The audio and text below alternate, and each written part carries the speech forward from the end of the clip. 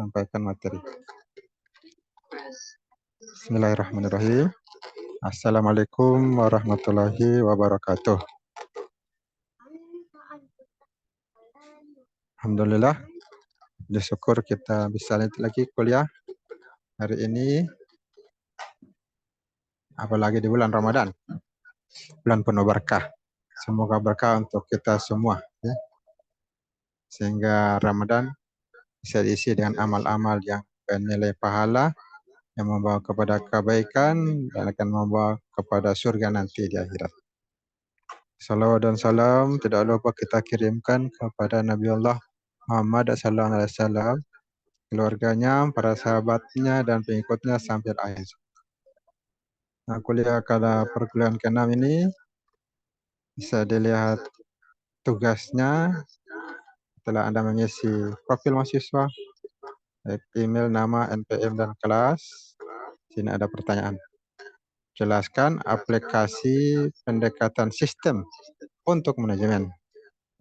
Dan apa yang Anda bisa ambil karakter dari kisah Nabi Hud al-Awwal. Nah, pelajaran apa? Materi yang saya sampaikan berbasis karakter, ya. Ilmu teknik berbasis karakter. Nah, di sini bisa dilihat materinya pada Google Classroom. Pendekatan sistem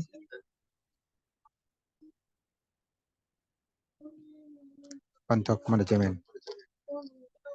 Sudah pernah belajar manajemen? Ya, ilmu POTS, planning, organizing, actuating, controlling, evaluasi. Nah, ini pendekatan sistem untuk manajemen. Nah, bukunya dibuat tahun 85. Sekarang 2024. Sudah lama, ya. Manajemen sistem. Nah, pertengahan abad 20 ini sudah dipengaruhi oleh sistem thinking. Sistem thinking bisa dipelajari pada pertemuan bulan pertama. Dan ini mulai dari ilmu pengetahuan dan menjalar ke berbagai aktivitas lain dari manusia.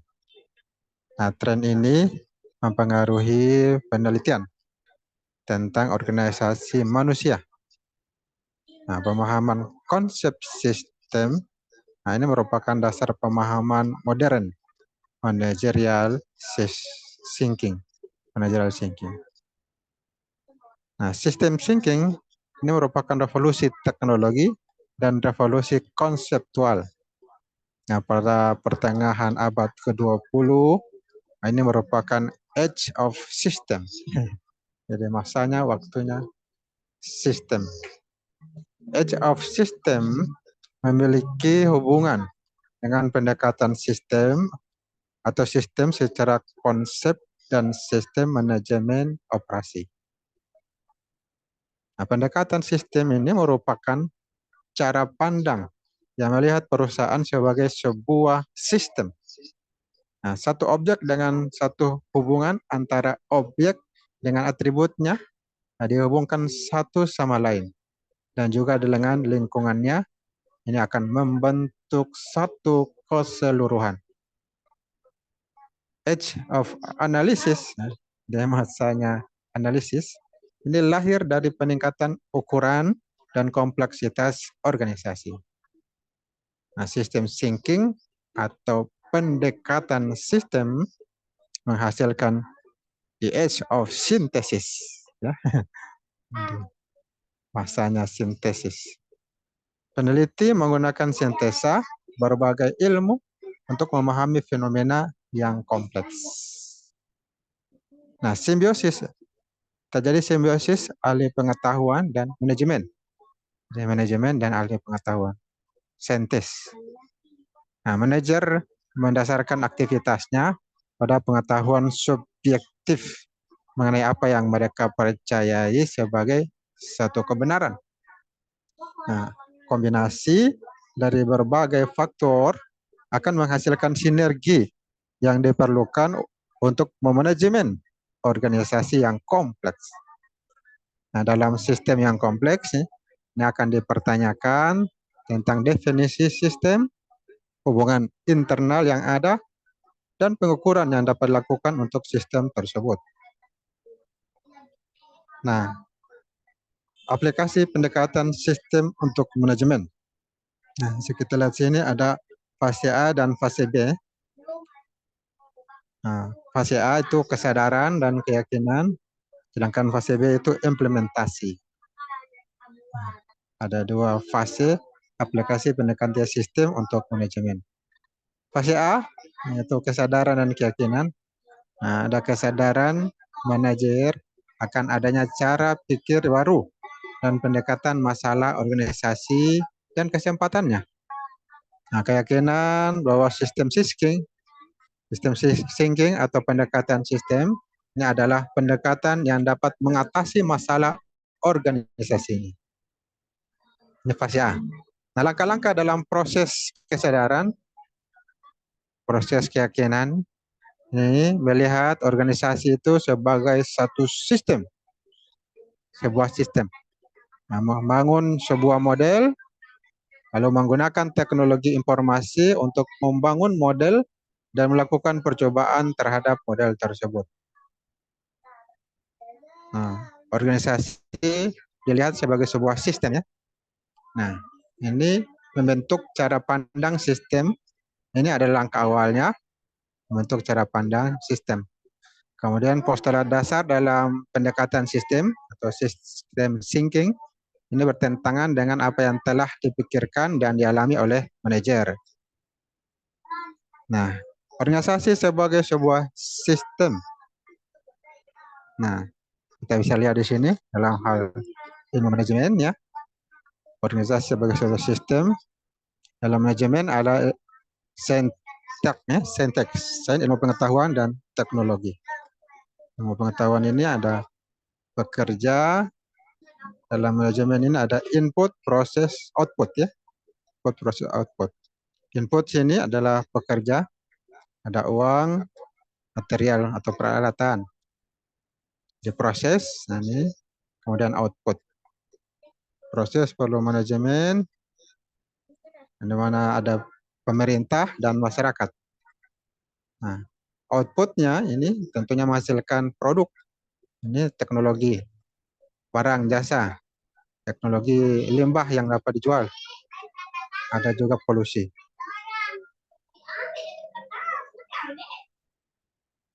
Ya, ini pendekatan sistemnya untuk manajemen. Organisasi sebagai sebuah sistem. Nah, membangun sebuah model.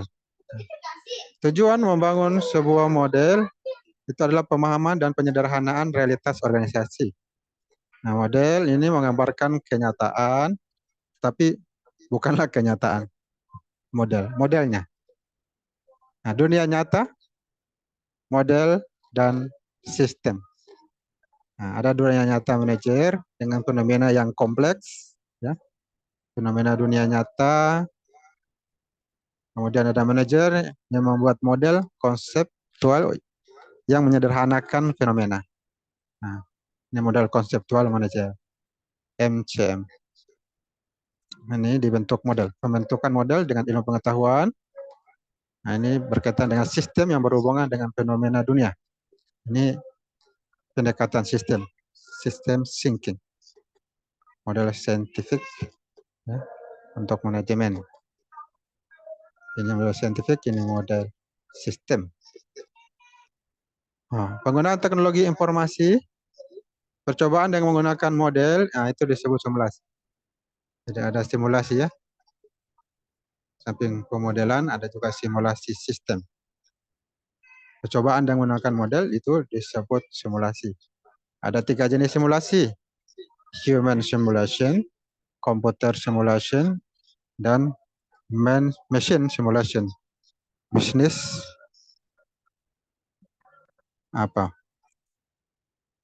gaming ya.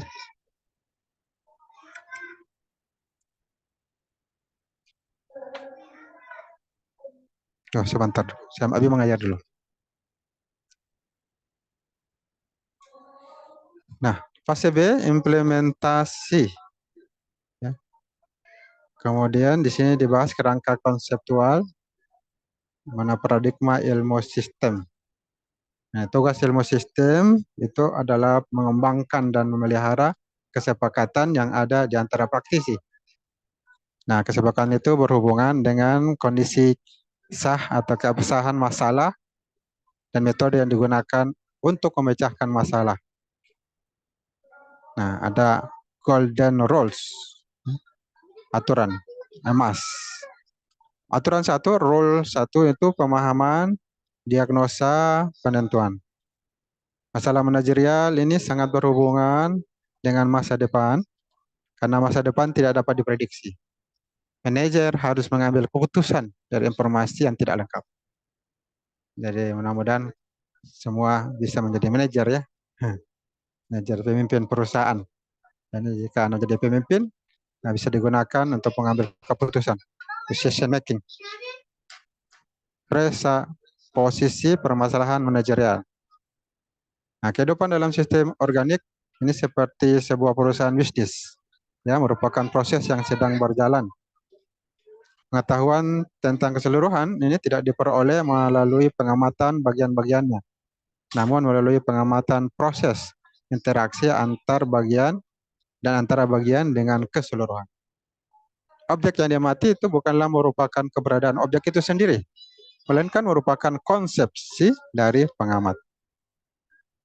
Ini presupposisi permasalahan. Rule 2, aturan kedua. Rule 2-nya konseptualisasi, kuantifikasi, simulasi, konseptualisasi, penggunaan.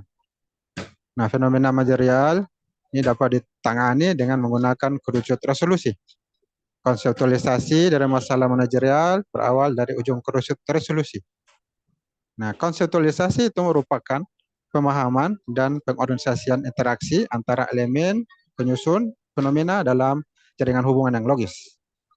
Nah, kerangka ini dibentuk dari teori general system yang dikonversikan dalam jaringan kualitatif. Berikutnya ini hampir terakhir, yang langkah utama dalam aplikasi pendekatan sistem. Nah, apa saja? Ya, tentunya yang pertama konseptualisasi. Ini merupakan langkah identifikasi interaksi antara sistem dengan lingkungannya. Kemudian kedua, pengukuran atau kuantifikasi. Kuantifikasi atau pengukuran merupakan langkah untuk mendapatkan bentuk matematis dari hal-hal yang sudah dikonsepkan. Dan ketiga, komputerisasi merupakan langkah lanjutan untuk mendapatkan hasil pengukuran yang lebih akurat daripada jika perhitungannya dilakukan secara manual. Nah, terakhir ini sebagai ringkasan dari materi, ada 4 ya. Yang pertama, manajer yang berorientasi sistem dapat mendesain sebuah sistem untuk mempelajari interaksi sistem dan lingkungannya. Yang kedua, input pendesainan tersebut dapat berupa informasi. Nah, ketiga, output pendesainan tersebut juga berupa informasi, namun dengan nilai dan kegunaan lebih tinggi. Dan keempat, dengan melakukan maintenance pendesainan ini, perusahaan dapat bertahan. Perusahaan dapat bertahan dalam jangka waktu yang lama. Nah, itu materi ya tentang pendekatan sistem untuk manajemen. Kemudian apa yang bisa Anda ambil dari kisah para nabi, khususnya Nabi Hud alaihissalam, di mana pendidikan yang saya sampaikan ini berbasis karakter ya, di mana tujuan pendidikan kita ini membentuk ya manusia yang beriman, bertakwa pada Tuhan Yang Maha Esa, berakhlak mulia. Nah, tentunya di samping memiliki kesehatan yang baik, berilmu, cakap, kreatif, ya, mandiri, terampil, kompeten. Nah, luar biasa ya tujuan pendidikan kita. Semuanya berbasis karakter, akhlak mulia, imtak ya, iman dan takwa. Nah, ini bisa baca di sini tujuan pendidikan tinggi sesuai dengan Undang-Undang Nomor 12 tahun 2012 ya. Dan ada juga pasal 13 di mana mahasiswa sebagai anggota sivitas akademika diposisikan sebagai insan dewasa yang punya kesadaran sendiri dalam mengembangkan potensi diri di perguruan tinggi untuk menjadi intelektual, ilmuwan, praktisi, dan atau profesional. Ya, perlu pengembangan potensi diri, khususnya berbasis karakter. Harus punya akhlak yang baik, ya, karakter atau akhlak yang baik. Nah, mahasiswa punya beberapa peranan, Anda bisa baca ini ada 6 peranan. dan juga peranan-peranan lainnya. Dan mahasiswa harus punya peranan ya, sehingga mahasiswa ketika lulus ini bertakwa pada Tuhan Esa, memiliki moral, punya etika, kepribadian yang baik, ya, dapat menyelesaikan tugasnya, berperan sebagai warga negara yang bangga dan cinta tanah air, serta mendukung perdamaian dunia. Nah, ini diharapkan pada mahasiswa mampu bekerja sama dan memiliki kepekaan sosial dan kepedulian yang tinggi terhadap masyarakat dan lingkungan, menghargai keanekaragaman budaya, pandangan, kepercayaan dan agama, serta pendapat atau temuan orisinal orang lain. Mau menghargai ya keanekaragaman, berbeda-beda tetapi satu, Bhinneka Tunggal Ika, dan menjunjung tinggi penegakan hukum serta memiliki semangat untuk mendahulukan kepentingan bangsa serta masyarakat yang luas, mendahulukan kepentingan umum daripada individu pribadi. Nah, itu juga dijelaskan pasal 77 ya, tentang mahasiswa. Kalau ada organisasi kemahasiswaan ormawa, jadi dengan ikut pada organisasi Anda bisa mengembangkan bakat Anda, minat Anda, potensi mahasiswaan. Tidak ada lembaga-lembaga mahasiswa. Kalau organisasi ada, lembaganya, untuk olahraga ada, untuk pemerintahan, untuk prodi ada himpunan, untuk agama ada juga lembaga-lembaganya, lembaga dakwah, ikatan mahasiswa, dan sebagainya. Nah, mahasiswa bisa mengembangkan minat bakatnya, kreativitasnya, kepekaannya, daya kritis, keberanian, kepemimpinan, dan rasa kebangsaan. Memenuhi kepentingan dan kesejahteraan mahasiswa dan mengembangkan tanggung jawab sosial. Nah, bisa melalui kegiatan pengabdian pada masyarakat. Banyak bisa dilakukan di masyarakat. Nah, jadi sangat bagus kalau bisa aktif dalam organisasi yang bisa mengembangkan minat bakat ya. Mahasiswa masing-masing di mana minat bakatnya berbeda-beda. Nah, di sini kita akan coba ambil karakter dari Nabi Hud alaihissalam. Di mana Nabi Hud alaihissalam ini pada awal diutus kepada kaum Ad. Mereka menyembah berhala. Namanya Sat, Samud, dan Hira. Nah, Nabi Hud alaihissalam ini berbadan besar dan kuat. Tubuhnya sehat ya. Kaum Ad sangat menyombongkan diri. Mereka mampu membangun rumah yang tinggi dan megah. Mereka ini engineering ya, orang teknik. Tapi dengan kemampuan yang luar biasa itu, mereka menjadi sombong. Mereka katakan, lihat rumah kami, tinggi, megah, dan bagus. Nah, Nabi Hud menyampaikan kepada mereka, menyuruh kaumnya yang lalai, wahai kaumku, sembahlah Allah Ta'ala, dan aku berdakwah tidak mengharapkan imbalan dari kalian. Jadi beliau beraktivitas mengharapkan tidak Allah, tidak mengharapkan imbalan. Orang yang mengharapkan imbalan itu kalau tidak dapat imbalan sakit hati. Berhenti dia menyampaikan kebenaran, tidak dapat imbalan, berhenti dia menyampaikan kebenaran, kebaikan. Beda dengan orang yang ikhlas menyampaikan agar masyarakat bisa berubah, mereka akan terus-menerus menyampaikan kebenaran walaupun tidak ada uang, tidak ada dananya.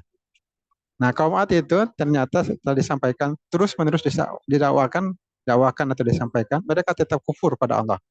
Mereka malah mencela utusan Allah, yaitu Nabi Hud alaihissalam. Kemudian Allah Ta'ala menimpakan azab pada mereka, muncul angin topan kencang, awan hitam, berarti hujan, 7 malam tanpa henti. Akhirnya mereka semua binasa, ini kaum Ad tidak ada yang tersisa. Rumah-rumah mereka yang megah, tinggi, megah, hancur berterbangan.